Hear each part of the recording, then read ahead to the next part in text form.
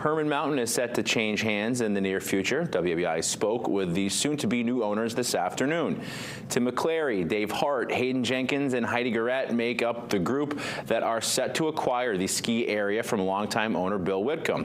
As of this afternoon, commercial real estate websites had the mountain listed for $2.1 million in the sale as pending. McClary said they hope to finalize the sale in the very near future.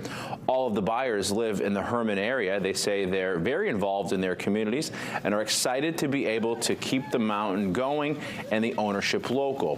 As we have previously reported, they plan to expand from winter-only offerings to a 4-season operation. WABI will have more with the new ownership group next week.